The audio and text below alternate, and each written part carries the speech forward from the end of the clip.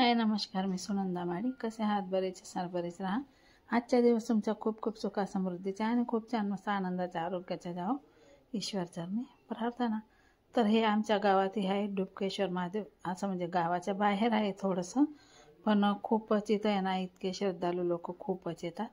तर राकेश आणि हा बंटी आहे, राकेशचाच मित्र. हे रोज पहाटे 4 वाजता उठून हे या मंदिरामध्ये जातात. आणि ह्या मंदिराचे म्हणजे इतकी श्रद्धा आहे ना, आपण जेही काही बोललो ना तर ते असं होणारच नाही की झालं नाही. असं आपल्या मनात जे काही असतं ना ते जर इथं बोललं ना तर ते होतं म्हणजे होतंच. इतके म्हणजे श्रद्धा आहे आणि इतके प्रकटिक महादेव आहेत हे. तर डुबकेश्वर महादेव असं यांचं नाव आहे. इथं बघा राकेश सर्वात आधी आहे ना, हे भस्म महादेवांना आहे ना भस्म लागतं आंघोळीला स्नान करायला. तर इथं भस्म लावून मग राकेश स्नान करतोय. तर महादेवांचं स्नान करवतो हे. तर हे भस्मच लावावं लागतं आणि सर्व काही पूर्ण क्लीन करून मग फुलं वगैरे टाकून नंतर मग आरती वगैरे असं सर्व काही हे दोघं करत असतात तिथं. तर रोजच हे जातात. तर आज सुद्धा गेलेले. आज सोमवार म्हणजे रोजच असं पहाटे 4 वाजता उठून जातात. आणि हे असं आहे ना, ज्याच्या नशिबात असतं ना त्यालाच भेटतं. आधी सुद्धा कोणीतरी करत असेल, पण आता हेच जात आहे.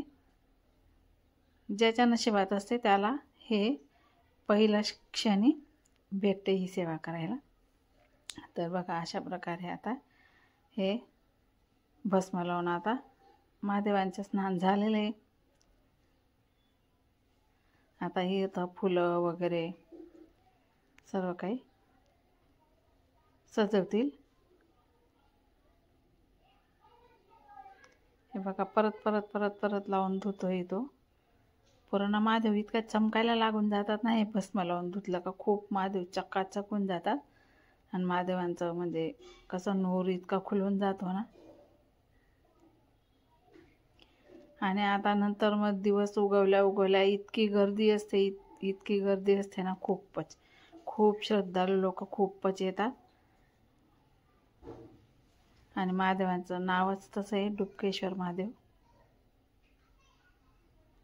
खूप लोक येतात तिथं आणि खूपच गर्दी असते. सोमवारी तर जास्त आहे आणि अशी रोज पण गर्दीच असते.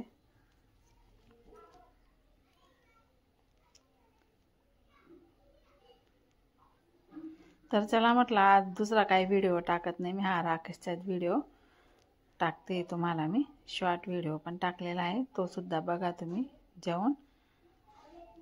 तर असं उपरणं असतं हे.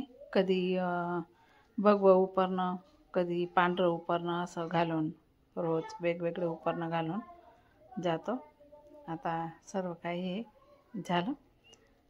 महादेवांची आंघोळ वगैरे झाली. आता फुलं वगैरे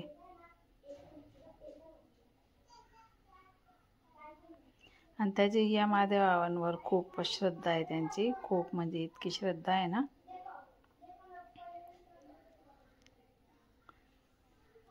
हा आहे बंटी, त्याचाच मित्र आहे. दोघंच जातात हे.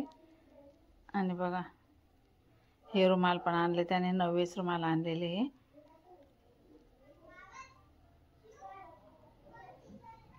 तुम्ही बघू शकता किती चकाचक महादेवांचा नूर किती खुलून गेलेला आहे. आणि महादेवांची श्रद्धाच तितकी आहे. आणि सर्व भाविक सर्व श्रद्धामुळे इतके भाविक म्हणजे इतकी गर्दी असते ना. तर सर्व काही पुसून मस्तपैकी सुक्क कोरडं करून सर्व मंदिरसुद्धा धुतात, बाहेरचं सर्व काही धुतात.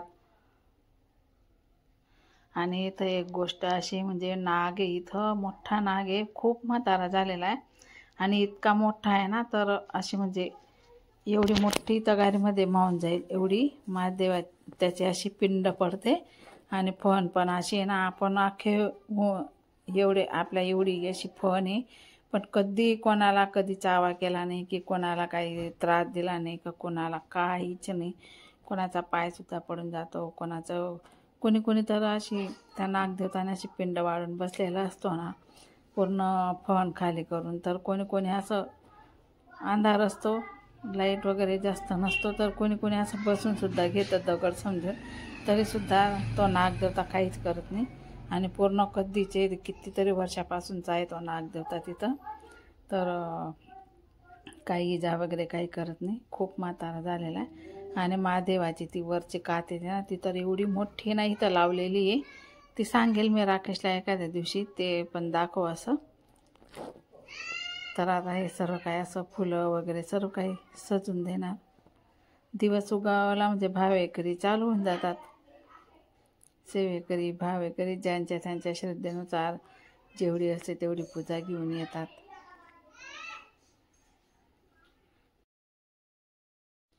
तर सर्वात आधी यांचीच पूजा सर्व काही सेवा होऊन जाते.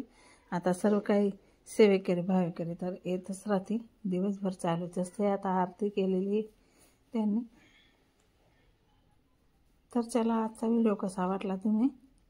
आणि त्याची खूप श्रद्धा आहे महादेवांवर, म्हणून तो खूप सेवा करतो. तर चला, आजचा व्हिडिओ एवढाच. कसा वाटला ते मला कमेंट करून नक्की सांगा. आणि मी आता तुम्हाला राकेशचा व्हिडिओसुद्धा दाखवत जाईन. राकेशसुद्धा आता व्हिडिओमध्ये राहत जाईन. आता निघाले ते घरी, झालं त्यांचं सर्व काही. राकेश आला घरी 7 वाजता. मी पण उठूनच गेलेली होती. सर्व आंघोळ वगैरे झालं होतं. नंतर मग मम्मी पोहे बनव म्हणे. मग पोहे बनवलं आमच्या सर्वांसाठी. तर गॅस पेटवून कढई ठेवली, कांदे वगैरे टाकले, टमाटे टाकले, हिरव्या मिरच्या टाकल्या.